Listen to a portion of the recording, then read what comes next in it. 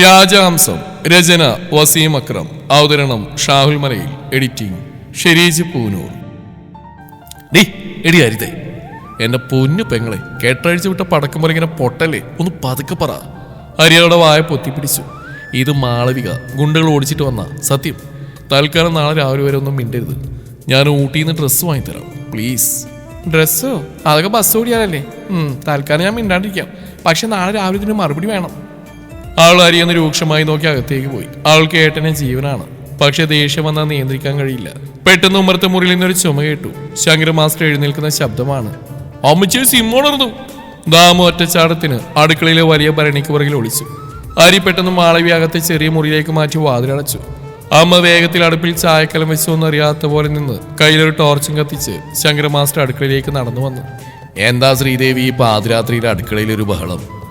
Master കണ്ണട ശരിയാക്കി പരിവരിക്കുന്ന ശബ്ദത്തിൽ ചോദിച്ചു.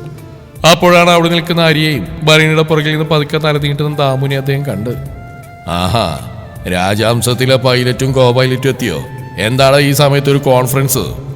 മാസ്റ്റർ ഗൗരവത്തിൽ ചോദിച്ചു. ദാമു പരിങ്ങിക്കൊണ്ട് മുന്നോട്ട് വന്നു. അത് മാസ്റ്ററെ, വണ്ടിയുടെ വയറിംഗ് ഒന്ന് ഉഷാറാക്കി വന്ന, അപ്പോഴേക്കും വിശപ്പ് തയ്ക്കാൻ വയ്യാതെ അമ്മയോട് ഇച്ചിരി കഞ്ഞി വയ്ക്കാൻ വന്ന.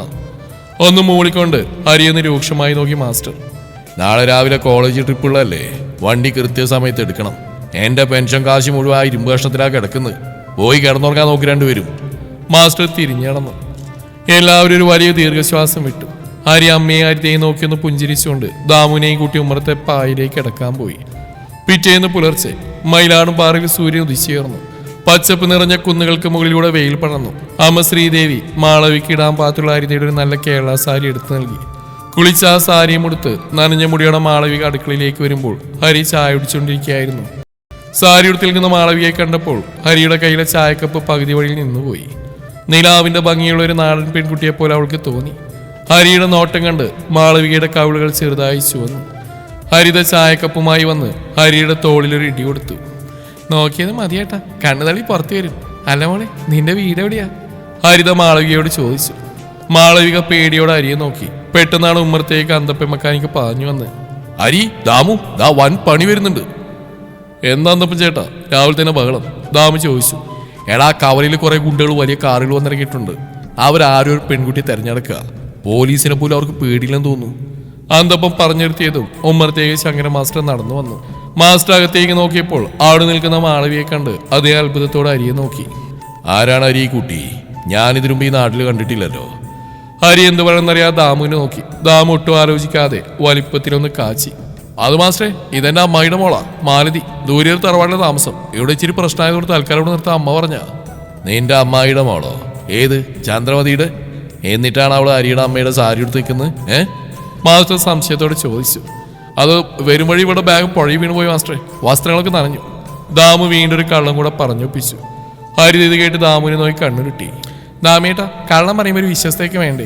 അമ്മായിയുടെ മോൾക്ക് മാലതി എന്നല്ല പേര്. അപ്പൊ ഈ കുട്ടിയുടെ കയ്യിൽ എം എന്നെഴുതിയേ ഈ വലിയ ഡയമണ്ട് മോതിരം എവിടുന്ന് വന്നു? ഹരിത മാളവിയുടെ കൈ ചൂണ്ടി ചോദിച്ചു. അത് മാലതി എന്നതിന്റെ കൺട്രോൾഡ് ഷോർട്ട് ഫോമാണ് ഹരിതേ ആണ്. ദാമു ഉയർത്തുകൊണ്ട് പറഞ്ഞു. മാസ്റ്റർ കാര്യത്ര പന്തിയായി തോന്നിയില്ലെങ്കിലും അദ്ദേഹം കൂടുതലൊന്നും ചോദിച്ചില്ല. അതിനിടയ്ക്ക് അന്തപ്പൻ ചേട്ടൻ മാളവിയുടെ അരിയിലേക്ക് ചെന്നു. അല്ല മോളെ, ദാമുവിന്റെ അമ്മായിയുടെ മോങ്ങണ്ട ഒരു ചക്ക കൂട്ടിയ പോലെ ഇരിക്കും, പക്ഷെ മോൾക്ക് നല്ല ഭംഗിയുണ്ടല്ലോ. ഇത് ഏതു വശത്തുള്ള അമ്മായിയാ, തെക്കോ വടക്കോ? അന്തപ്പൻ ചേട്ടന്റെ ചോദ്യം കേട്ട് മാളവിക്ക് ചിരിയടക്കാൻ കഴിഞ്ഞില്ല. അന്നുച്ചക്ക് വിവേകാനന്ദ കോളേജിലെ ട്രിപ്പ് ക്യാൻസലായ വിവരം ലോനപ്പൻ ചേട്ടൻ വന്ന് പറഞ്ഞു. വില്ലന്മാർ നാട്ടിലുകൊണ്ട് വണ്ടിയെടുക്കുന്നത് സുരക്ഷിതമല്ലെന്ന് ഹരിക്കും അറിയാമായിരുന്നു.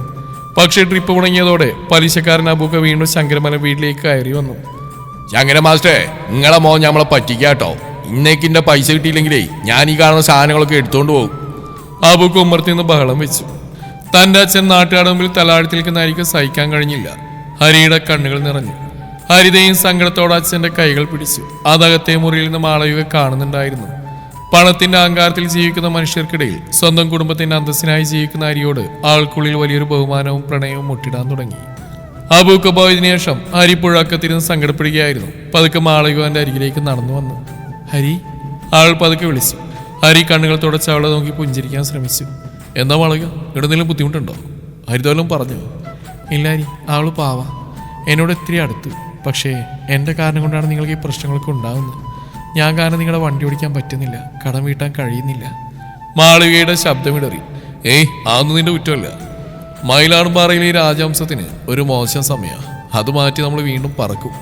ഹരി ആത്മവിശ്വാസത്തോടെ ആളുടെ കണ്ണുകളിലേക്ക് നോക്കി പറഞ്ഞു. ആ നോട്ടത്തിൽ സുഖമുള്ളൊരു പ്രണയം ഒളിഞ്ഞിരിപ്പുണ്ടായിരുന്നു. നിഴൽ പോലെ മൂടിക്കിടന്ന അവരുടെ ജീവിതത്തിലേക്ക് നിലാവെളിച്ചം പോലെ ആ പ്രണയം പടരുകയായിരുന്നു. പക്ഷെ അവർ അറിയുന്നുണ്ടായിരുന്നില്ല വിനോദ് ഭാസ്കറിന്റെ ഗുണ്ടകൾ മയിലാടുംപാറ ഗ്രാമത്തിന്റെ അതിർത്തികൾ ഓരോന്നായി വളഞ്ഞു കഴിഞ്ഞിരിക്കുന്നു എന്ന്. മയിലാടുംപാറ പുഴവക്കത്ത് സന്ധ്യമയങ്ങയായിരുന്നു. ആകാശത്ത് ചുവപ്പ് പടർന്നു കഴിഞ്ഞിരുന്നു. ഹരിയുടെ വാക്കുകൾ കേട്ട് മാളവിയുടെ കണ്ണുകളിൽ നിന്ന് 2 തുള്ളി കണ്ണീർ പുഴവെള്ളത്തിലേക്ക് ഇറ്റു വീണു. ആൾ പതുക്കെ തന്റെ ഭൂതകാലത്തിന്റെ കർട്ടൻ തുറന്നു. ഹരി, ഞാനൊരു സാധാരണ പെൺകുട്ടിയല്ല. കൊച്ചിയിലെ വലിയൊരു ബിസിനസ് സാമ്രാജ്യത്തിന് ഉടമയായ രാധമേനോന്റെ ഒരേ ഒരു മകളാണ് ഞാൻ. അമ്മ ചെറുപ്പത്തിലേ മരിച്ചുപോയി. അച്ഛനായിരുന്നു എൻ്റെ എല്ലാം. പക്ഷേ കഴിഞ്ഞ ആഴ്ച ഹൃദയാഘാതം മൂലം അച്ഛൻ പെട്ടെന്ന് മരിച്ചു. അതോടെ ഞങ്ങളുടെ ബിസിനസ് പാർട്ണർമാരായ വിനോദിന്റെ കണ്ണ് അച്ഛൻ എനിക്ക് എഴുതി വെച്ച സ്വത്തുക്കളിലായി. എന്നെ കൊണ്ട് നിർബന്ധിച്ച് ഒപ്പിടിക്കാനും എന്നെ ഇല്ലാതാക്കാനും അവൻ നോക്കി. അതിൽ നിന്ന് ജീവനും കൊണ്ട് ഓടി രക്ഷപ്പെട്ടതാണ് ഞാൻ. മാളവിക വിതുമ്പിക്കൊണ്ട് പറഞ്ഞു. ഹരി അവളുടെ കൈകളിൽ പതുക്കെ പിടിച്ചു. ഇനി നീ പേടിക്കണം മാളവിക. ഈ ഹരിശങ്കറിന് ജീവനുള്ളിടത്തോളം കാലം നിന്നെ തൊടാൻ ആ വിനോദിന് കഴിയില്ല. ആര് സംസാരിച്ച് തീരുന്നതിന് മുമ്പ് തന്നെ ദൂരെ നിന്ന് ശങ്കരമംഗലം തറവാണ്ട ഭാഗത്തുനിന്ന് വലിയൊരു ബഹളം കേട്ടു. ഹരിയുടെ നെഞ്ചൊന്ന് കാളി. അവനൊട്ടും വൈകാതെ മാളവികയും കൂട്ടിക്കൊണ്ട് വീടിന് മുമ്പിലേക്ക് ഓടി. അവിടെ കണ്ട കാഴ്ച ഹരിയുടെ ചോര തിളപ്പിക്കുന്നതായിരുന്നു. മുറ്റത്ത് 3 കറുത്ത ഫോർച്യൂണർ കാറുകൾ കിടക്കുന്നുണ്ട്. ശങ്കരമംഗലത്തിന്റെ ഉമ്മറത്തെ ചാരുവടയിൽ വിനോദ് കാലുമേ കാല് വെച്ചിരിക്കുകയാണ്. ചുറ്റും കയ്യിൽ വലിയ വടികളുമായി ഗുണ്ടകൾ നിലയുറപ്പിച്ചിരിക്കുന്നു. അമ്മ ശ്രീദേവി ഹരിതയും പേടിച്ച് നിലവിളിക്കുന്നുണ്ട്. ഹരിയുടെ അച്ഛൻ ശങ്കര മാസ്റ്ററുടെ കോളന്മേൽ വിക്രമിന്റെ പ്രധാന ഗുണ്ട പിടിച്ചിരിക്കുകയായിരുന്നു. ഹരി അലർച്ചയോടെ മുറ്റത്തേക്ക് പാഞ്ഞു വന്നു. ഹരിയെ കണ്ടതും ഗുണ്ടകൾ അവന് നേരെ തിരിഞ്ഞു. വിനോദ് പതുക്കെ എഴുന്നേരുന്ന തന്റെ കറുത്ത കോട്ട് ശരിയാക്കി. ആഹാ, അപ്പം മാലതി ഇവിടെ തന്നെ ഉണ്ടല്ലേ? എടാ ചെറുക്ക, വലിയ ഹീറോയിസം കാട്ടാതെ ഈ പെണ്ണിനെ ഇങ്ങോട്ട് ഇറക്കി തന്നാ നിന്റെ തുരുമ്പിച്ച വീടും കുടുംബവും രക്ഷപ്പെടും. ഇല്ലെങ്കിൽ നീ മയിലാടുംപാറ നിന്റെയൊക്കെ ശ്മശാനമാവും. വിനോദ് ക്രൂരമായി ചിരിച്ചു. ഹരി മാളവിയെ തന്റെ പുറകിലേക്ക് മാറ്റി നിർത്തി. അവന്റെ കണ്ണുകൾ ദേഷ്യം കൊണ്ട് ചുമന്നിരുന്നു. എന്റെ അച്ഛന്റെ ദേഹത്ത് കൈവച്ചവർ ഒറ്റെണ്ണവും ഈ വീട്ടുമുറ്റം വിട്ട് ജീവനോടെ പുറത്തു പോയില്ലടാ. അടിക്കടാ അവനെ. വിനോദ് ആക്രോശിച്ചു. 4-5 ഗുണ്ടകൾ ഒരുമിച്ച് ഹരിക്ക് നേരെ പാഞ്ഞു വന്നു. ഒരു ഗുണ്ട വലിയൊരു വടി കൊണ്ട് ഹരിയുടെ തലക്കടിക്കാൻ ഊങ്ങിയതും ഹരി വശത്തേക്ക് മാറി അവന്റെ കൈ തിരിച്ചു പിടിച്ച് നെഞ്ചത്തൊരൊറ്റ ചവിട്ട് കൊടുത്തു. അവൻ മുറ്റത്തെ മണലിലേക്ക് തെറിച്ചു വീണു. അടുത്ത ഗുണ്ട വന്നപ്പോഴേക്കും ഹരി ഉമ്മറത്തെ ചിരട്ട തവിയെടുത്ത് അവന്റെ മുഖത്തൊരൊറ്റ അടി വെച്ചു കൊടുത്തു. അപ്പോഴേക്കും ദാമുവും അന്തപ്പൻ മെക്കാനിക്കും കയ്യിൽ വലിയ സ്പാനറുകളുമായി കമ്പിപ്പാറയുമായി രാജഹംസം ബസ്സിൽ നിന്ന് അങ്ങോട്ടേക്ക് പാഞ്ഞു വന്നു.